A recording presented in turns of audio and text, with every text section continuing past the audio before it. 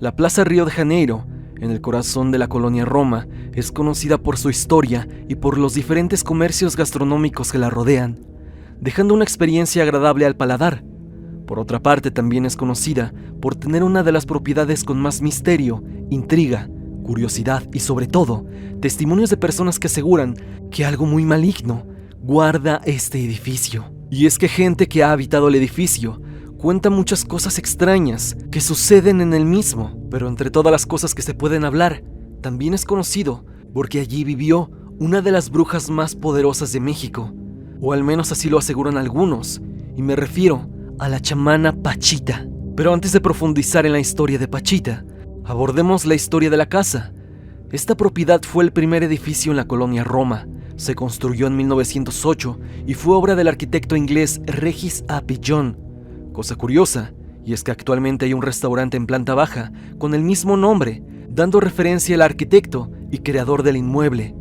Su nombre real es Río de Janeiro, pero se ha apodado la Casa de las Brujas, en parte por Pachita y también por su peculiar diseño, ya que en la esquina donde se cruzan la calle de Durango y Río de Janeiro se puede apreciar en la fachada del inmueble, justo en la punta del edificio, lo que pareciera ser una cara con un gorro de bruja. Se ven incluso los dos ojos que aparentan ser unas ventanas. El inmueble está actualmente habitado y tiene 2 restaurantes en su planta baja y una pequeña tienda en los pisos inferiores. Incluso, si te interesa, puedes alquilar un cuarto aquí a través de Airbnb. Este edificio cuenta con un hermano gemelo construido por el mismo arquitecto, Regis Ap John, ubicado entre las calles Berlín y Versalles, en la colonia Juárez. Tiene ese mismo ladrillo rojo por fuera que caracteriza el emblemático edificio de Río de Janeiro. De igual forma, pareciera que tuviera un gorro de bruja. Estos 2 inmuebles, cuando se construyeron, fue pensado en un hotel para que habitaran embajadores y extranjeros. Tiempo después, al ver que no funcionó de esta forma, decidieron hacer los departamentos habitacionales. En el portal del Universal, encontré una entrevista que le hicieron a un inquilino de estos departamentos, de nombre Ernesto Kruger. Él los dejó entrar a su hogar para ver los departamentos por dentro. El equipo de Universal menciona lo que te hace sentir cuando ingresas. Menciona que pareciera que estás en los años 30 por su arquitectura, ya que todavía se puede notar la madera en las paredes del departamento. Aquí menciona un dato importante que no sabía, y es que el edificio fue remodelado en el año de 1942 por el arquitecto Francisco J. Serrano. Fue una reestructura que no afectó la fachada del ladrillo rojo que caracteriza la emblemática Casa de las Brujas. Por otra parte, Ernesto hizo mención de los balcones de los edificios y asegura que estar ahí lo hace saber que este lugar es un patrimonio histórico de la Roma, ya que todo el día y a todas horas hay gente tomando fotos al edificio, y eso resulta muy peculiar. Por otra parte, el parque que se encuentra justamente enfrente, es decir, la Plaza Río de Janeiro, antes de la visita a Brasil por parte de José Vasconcelos en 1922, tenía otro nombre que le puso el arquitecto Edgar Tavares. Este dato se dio a conocer por una entrevista que llevó a cabo este noticiero y era conocido como el Parque de la Roma. Pero después de la visita de José Vasconcelos a Brasil y en honor al buen recibimiento que tuvo por parte del país sudamericano, decidió bautizar este parque como la Plaza Río de Janeiro. En este mismo reportaje del Universal, supe de algo muy curioso que pasaba en este edificio, y es que en la parte de arriba, en la azotea, había varios cuartos donde habitaba mucha gente. Varios aseguran que era tal cual una vecindad en la parte de hasta arriba. Hay una foto de Pachita que pareciera que está en una vecindad y probablemente le hayan tomado esta fotografía en la azotea del ya mencionado edificio. El mismo inquilino, Ernesto Kruger, menciona: hubo un periodo en que era peligroso vivir aquí. Daba miedo que te asaltaran. Toda la azotea estaba cubierta por vecindades en mal estado. Una vecina, que aún habita el edificio y que es dueña de varios departamentos, se encargó de salvar esta construcción histórica de la colonia. Compró varios departamentos y cuartos de la vecindad y lo remodeló. Invirtió mucho de su tiempo y dinero para darle una mejor vista a este lugar. Y es que cuando fui a hacer las tomas para el video, el único cuarto que estaba en la azotea era el sombrero, entre comillas, de la casa. Ahí hay una puerta para que puedan acceder a él, pero vi en un video que es un cuarto de servicio. No está habitado actualmente. Un dato muy interesante y que podría ser fiel testimonio de aquello que mencionan de la vecindad en la azotea. Y es que es muy extraño conocer que construyeron en la parte superior del edificio. Ya hablamos de su historia, y ahora pasemos con uno de los temas más peculiares que rondan a este edificio. Y me refiero a Pachita, la misteriosa mujer que se asegura operaba solamente con sus manos y un cuchillo. Pachita, que su nombre real era Bárbara Guerrero, nació en Parral, Chihuahua, en el año de 1900. Sus padres la abandonaron a la edad de 4 años, cayendo en crianza de un tal Charles, un hombre de descendencia africana. Él formaba parte de un circo que se presentaba en diferentes partes de la República. Por ende, Pachita siempre estaba viajando con el circo. Se habla que él sabía curar enfermedades, hacer limpias y estaba totalmente cultivado en las artes esotéricas. Cuando alguien del circo se ponía enfermo, él les hacía una limpia para que sanaran. Conforme Pachita fue creciendo, le llamó la atención el aprender sobre el tema. Le pidió que le enseñara para en un futuro dedicarse a ayudar a la gente. Charles le enseñó sobre el manejo energético, viajes astrales, aprender a ver las estrellas y sobre todo a lo que él hacía: curar a las personas de alguna enfermedad crónica. Estando en el circo y con las enseñanzas de su padre adoptivo, Pachita curó a un elefante de meses de nacido que no podía caminar con tan solo usar sus manos, algo que dejó asombrados a todas las personas del circo y a su mismo padre, Charles. Poco a poco fue aprendiendo más sobre el tema, siendo esto a lo que se dedicaría tiempo después. Ella, al ver el conflicto que había en contra del presidente Porfirio Díaz en 1910 y estando en contra de su gobernatura, después de varios años, a temprana edad, decide formar parte de la Revolución Mexicana y pelear, presuntamente al lado de Pancho Villa. Después de que terminara la revolución, ella tuvo que solventar sus propios gastos, y se habla que tuvo trabajos como cabaretera, vendiendo billetes de lotería, incluso cantando en los tranvías. Después de eso se decidió a hacer limpias en donde vivía. Poco a poco se fue haciendo de bastante gente, que incluso hacía filas afuera de su propiedad para que las limpiara de algún mal que traía, una enfermedad, incluso trabajos de brujería, y cada vez era más la gente que asistía con ella.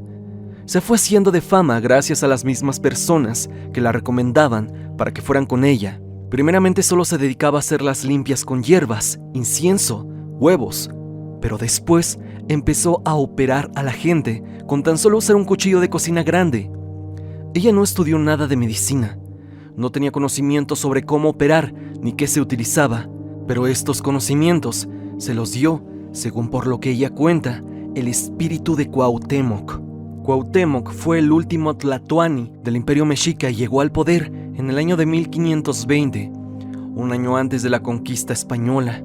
Cuando Pachita meditaba, entraba en un trance muy fuerte, el cual la hizo conectar con el espíritu de Cuauhtémoc.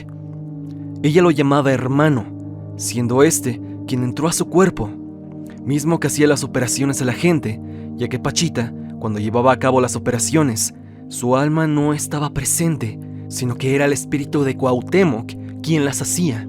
Aquí un dato interesante que encontré es que Cuauhtémoc fue educado en Calmecac, una escuela donde se preparaba a los niños para ser gobernantes y sacerdotes, por lo que seguramente este tlatoani era muy entendido en las artes ocultas, por lo menos en las que se practicaban en el antiguo imperio mexica, y quizá él sabía operar de alguna manera sobrenatural a las personas.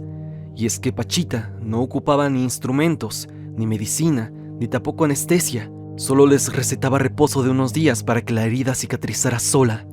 Con el tiempo, fue llamando la atención de gente importante.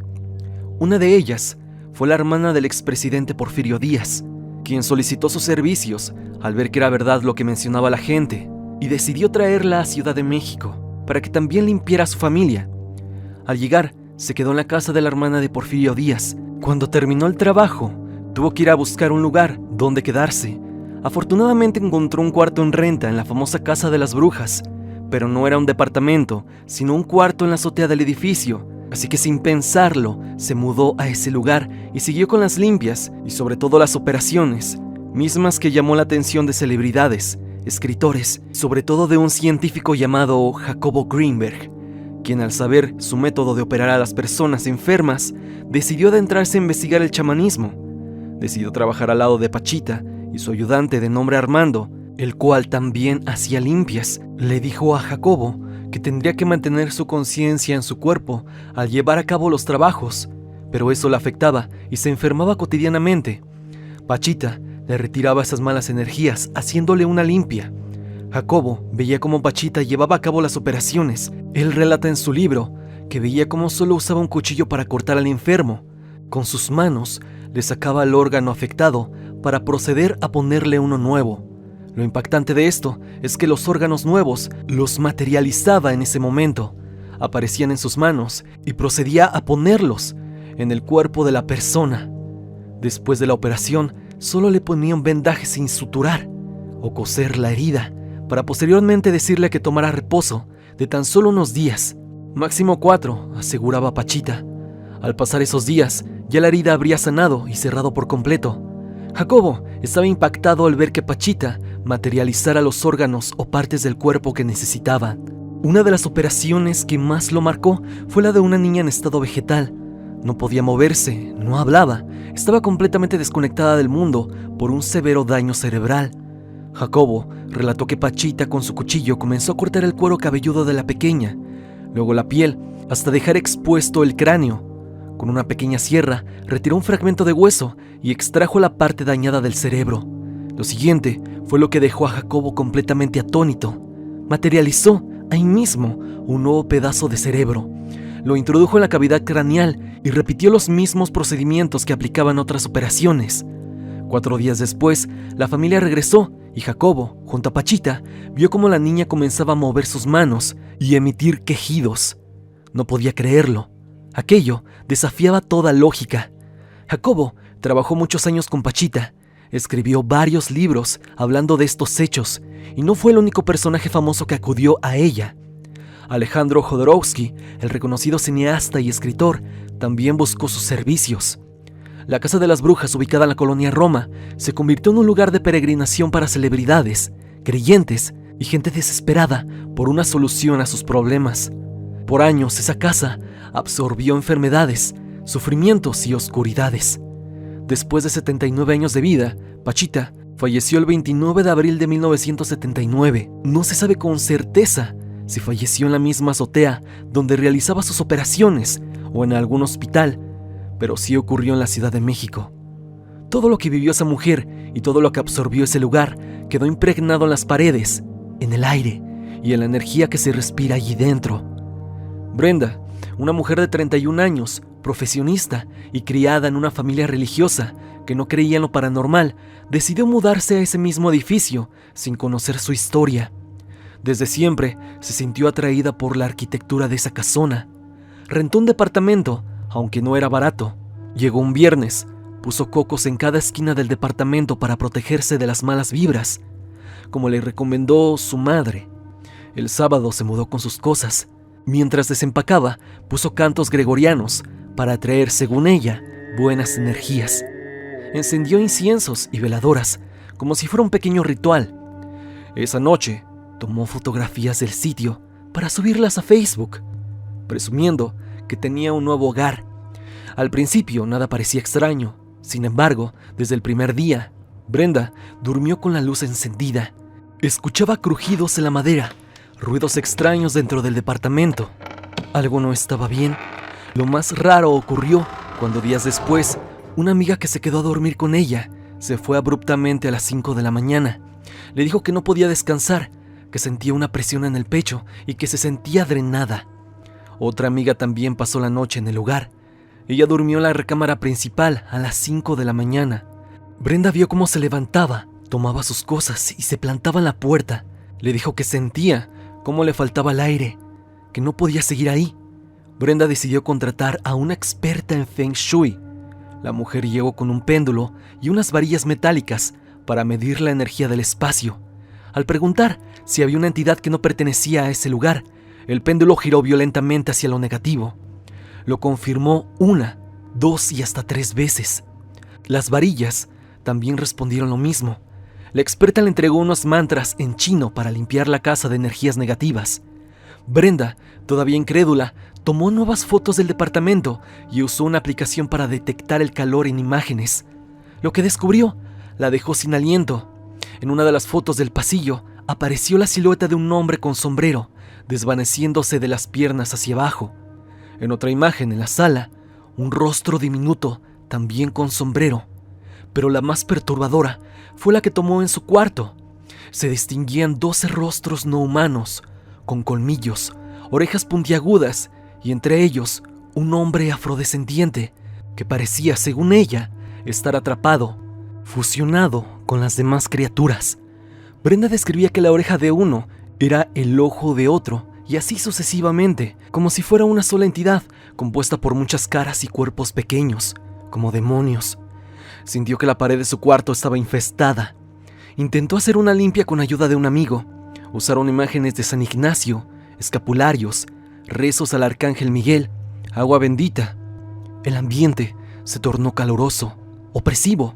Brenda sintió una gota caerle sobre el suéter y le quemó la piel. Una de las imágenes religiosas que estaban sobre la pared comenzó a doblarse y a hundirse como si fuera absorbida por la casa. Corrieron. Esa noche durmieron en casa de un amigo. Después, Brenda contrató a una señora para limpiar el departamento con un té de ruda. Antes de que comenzara, Brenda tomó nuevas fotografías. Al revisarlas más tarde, descubrió que su habitación estaba limpia, pero en la sala había más entidades. En una de las imágenes se distinguía claramente una bruja, con un sombrero y una sonrisa perversa. Era, según ella, la arquetípica imagen de una bruja. Y ésta se encontraba junto con 2 hombres atrapados entre los espectros. Brenda sintió que debía liberar a esas almas. Acudió a una iglesia donde el padre aceptó realizar una liberación. Antes de hacerlo, invitó a sus caseros al departamento. Eran 2 hermanos jóvenes. Al principio no le creían, pero cuando les contó sobre las fotos, el hermano mayor confesó que su padre, un productor teatral, había muerto en el mismo lugar, que la familia vivió allí muchos años después de su fallecimiento. Remodelaron todo y el lugar quedó vacío 6 años, o al menos eso dijeron. Brenda sospecha que otras personas también se habían mudado y se fueron al poco tiempo por los mismos fenómenos. Aún así, la hermana del casero se burló de todo. Dijo que en cualquier casa podía haber fantasmas. La liberación se hizo al día siguiente. El sacerdote no tuvo problemas, pero unas horas después, ella recibió un correo de la casera. Había tenido un accidente automovilístico. No fue fatal, pero fue grave. Ella lo atribuyó a lo que había vivido en el departamento. Brenda borró las fotos de su Facebook. No quería que nadie más las viera. Fue demasiado traumático. Investigando más sobre el edificio, descubrió que ahí vivió Pachita por muchos años, que hizo operaciones y limpias y que, según rumores, el elevador del edificio se cayó, acabando con 3 personas. También se dice que la novela El desfile del amor, de Sergio Pitol, está basada en ese lugar. El escritor rentó un departamento ahí para conocerlo de primera mano. Brenda compartió esta historia a través de un programa muy popular de la radio, dedicada a compartir historias de gente que había tenido encuentros con lo paranormal, y esta se hizo altamente famosa hace unos años. Aquí en la plataforma YouTube, muchos canales han documentado historias sobre la Casa de las Brujas. La mayoría son paranormales, pero lo más escalofriante son los relatos de sectas, que hasta el día de hoy realizan presuntamente rituales oscuros. Hay quienes dicen que invocan demonios y ofrecen sacrificios, algo que evidentemente roza entre la fantasía y la realidad. El arquitecto Salvador González Medina vivió ahí entre 1999 y 2001. Él compartió su historia a través de relatos de la noche y dice que su primer año en el edificio fue de paz y tranquilidad, hasta que una noche escuchó cantos que parecían gregorianos, el cual él relaciona a la película Ojos Bien Cerrados. A él se le vino a la mente esta película debido a que estaba en cartelera en aquella época. Asegura que se acercaba hacia las paredes para escuchar bien esos presuntos cantos, pero cuando lo hacía, esos cantos se callaban de inmediato, como si supieran que él estuviera escuchando. Una noche, desde su ventana, vio 2 figuras sombrías observándolo desde la calle. Cuando se volteó, una de esas figuras estaba dentro de su recámara, a oscuras. Días después, su vecino, Arturo, le dijo que una pareja de ancianos había empezado a meter gente por las noches. Ruidos extraños, pasos, túnicas negras, era lo que se alcanzaba a ver en el mítico edificio de Río de Janeiro. Salvador decidió irse cuando comenzó a ver esas figuras caminando por los pasillos, de día y de noche, como si fueran inquilinos. El administrador del edificio también se fue. Pensaba que todo esto, los encapuchados, se hacía para que los departamentos se desvalorizaran y la gente se fuera. Esto hizo que el mito sobre esta casa creciera todavía más. Y es que si uno está enfrente de esta construcción, puede notar que es imponente, de verdad que impresiona. Un amigo personal de nombre Giovanni, el cual vive en la colonia Roma, vivió algo por demás extraño y que podría reforzar todo lo que se cuenta acerca del edificio y de las historias que ya hemos escuchado. En su momento, mi amigo trabajó en un restaurante de la calle Mérida. Al terminar su horario laboral, decidió ir a tomar a casa de uno de sus amigos, uno de sus compañeros de trabajo, el cual vivía muy cerca de esas calles. Después de un rato, siendo aproximadamente las 2 o 3 de la mañana, decidió irse a su casa, ya que al día siguiente tendrían que trabajar. Él, con un poco de alcohol en el cuerpo, caminó hacia su casa. Estaba muy cerca. Para llegar a su casa tenía que atravesar por la Plaza Río de Janeiro, pero algo que se le hizo extraño fue que, a pesar de que era viernes, casi no había gente. Solo algunas personas se veían a lo lejos entre las calles, pero nadie en la plaza. Caminando un poco más, hasta toparse con la fuente que está en la Plaza Río de Janeiro, en donde en medio de la misma se encuentra la estatua de David, pudo observar en cada esquina de la plaza a 2 personas, 2 hombres. Algo de verdad extraño, ya que él asegura que traían capuchas, que vestían de forma muy extraña. Por algún motivo, Giovanni, casi instintivamente, volteó hacia atrás. Para su mala suerte estaban otros 2 sujetos en las otras esquinas. En total, eran 4 personas. Cada una de estas se encontraba en una esquina de la plaza. Todos con la misma ropa, que al parecer era como una capa, con gorro, tapándoles el rostro. Él asegura que era tal cual, como si estuvieran vigilando la zona. Él apresuró el paso sin voltear, y es que después de ver a esos 4 sujetos, el entorno y el aire se sintieron extraños. Por eso mismo apresuró el paso hasta llegar a su casa. Él me platicó esta experiencia y le conté todo lo que se hablaba de la casa. Y llegamos a la conclusión de que quizá estaban haciendo un ritual o algo parecido. Sin embargo, como lo he dicho en el video, es un lugar lleno de misterio. Abundan historias de manifestaciones en los departamentos de esta casa. Muy probablemente energías de los trabajos que Pachita hacía en la azotea y que hasta la fecha siguen repercutiendo en manifestaciones de todo tipo. Incluso llegué a sacar conclusiones con Giovanni de que quizá esas personas o esas entidades quizá eran demonios protegiendo el lugar. Un dato más que interesante es que en la parte superior de la Casa de las Brujas, es decir, en la azotea, existía una especie de vecindad. No se sabe con exactitud si aquí es donde vivía Pachita. Otra cosa curiosa de la parte superior del edificio es el sombrero, entre comillas, es decir, el techo que se encuentra en la esquina del mismo. Sobre la teja, que parece ser un sombrero, hay una tipo antena negra que a simple vista no se alcanza a apreciar, pero si nos fijamos con atención, en ella se ve un gato negro, demasiado curioso, que solo puedes notar si es que estás en la azotea. Un guiño curioso y extraño acerca de la Casa de las Brujas.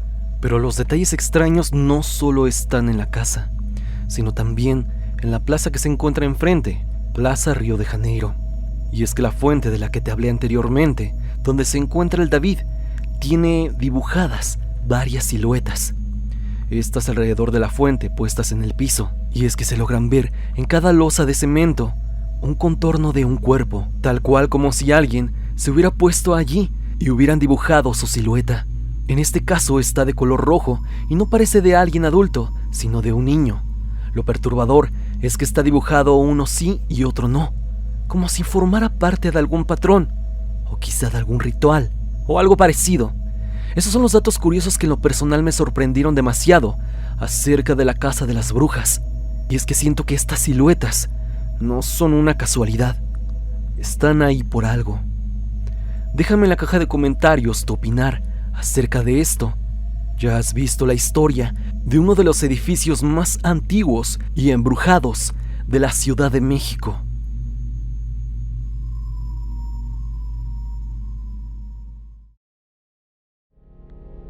Dime, ¿conocías la historia de este lugar? Dime en los comentarios cuál ha sido el dato que más te impactó acerca de la misma. Si quieres recomendarme algún tema, no lo dudes y hazme llegar tu anécdota a mi correo evidencia.tristan@gmail.com. Sígueme a través de Spotify para que me escuches mientras haces tus labores diarias. La música del video es por Repulsive. Si te ha gustado la banda sonora, por favor suscríbete a su canal. El link estará en la descripción. Suscríbete y activa la campanita de notificaciones en donde dice todas para que no te pierdas de ninguno de mis videos. Sin más que decir, no te olvides que yo soy Stan y te deseo dulces pesadillas.